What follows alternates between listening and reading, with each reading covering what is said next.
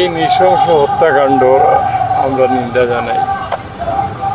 ঘটনা শোনার পরে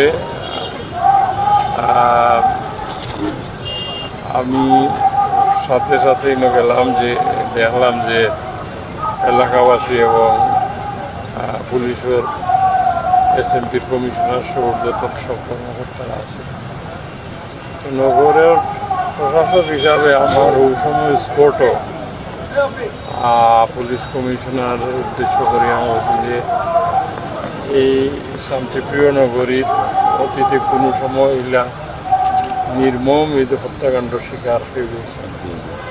৩-৩ মানুষ বাসার মাঝে, তাও অনুমান করা হয় সকাল ৯টা থেকে ৯:৩০। এটা পুলিশের বাসে তখন গিয়া হয়েছে যে নির্মমভাবে হত্যা করা হয়েছে। হত্যাকারীদের যাতে খুব কম সময়ের মাঝে গ্রেপ্তার করা হয়।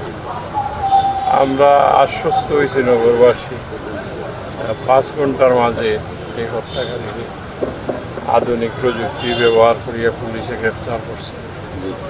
এখন আমরা বক্তব্য সুস্পষ্ট যে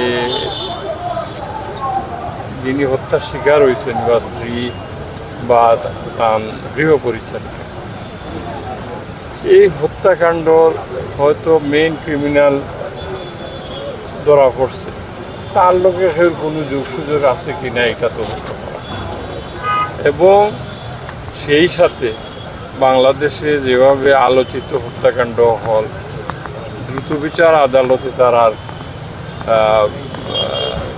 মামলার বিচার কার্যক্রম শুরু হয় এবং খুব কম সময়ের মাঝে বিচার কার্যক্রম সম্পন্ন হয়।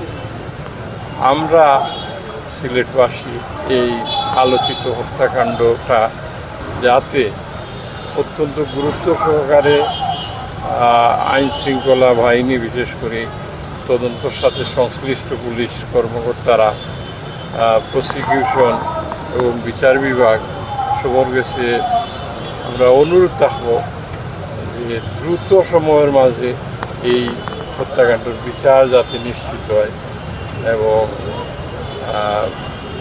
যে আইনের মধ্য দিয়ে এই জিনিসগুলো করা হইব, খুব স্বভাবত এর আগে তদন্তকারী কর্মকর্তারা যে চার্জশিট দিবা এই সময় যে মেইন ক্রিমিনালরে যে ধরছেন তার জবানবন্দি বা তার স্বীকারোক্তি এই সমস্ত বিষয়ে যাতে এই সিলেটের শান্তিপ্রিয় মানুষ জানতে পারে, এটারও একটা সম্মানিত মুসলিম ইকরাম, চট্টগ্রামটার অনুরোধ।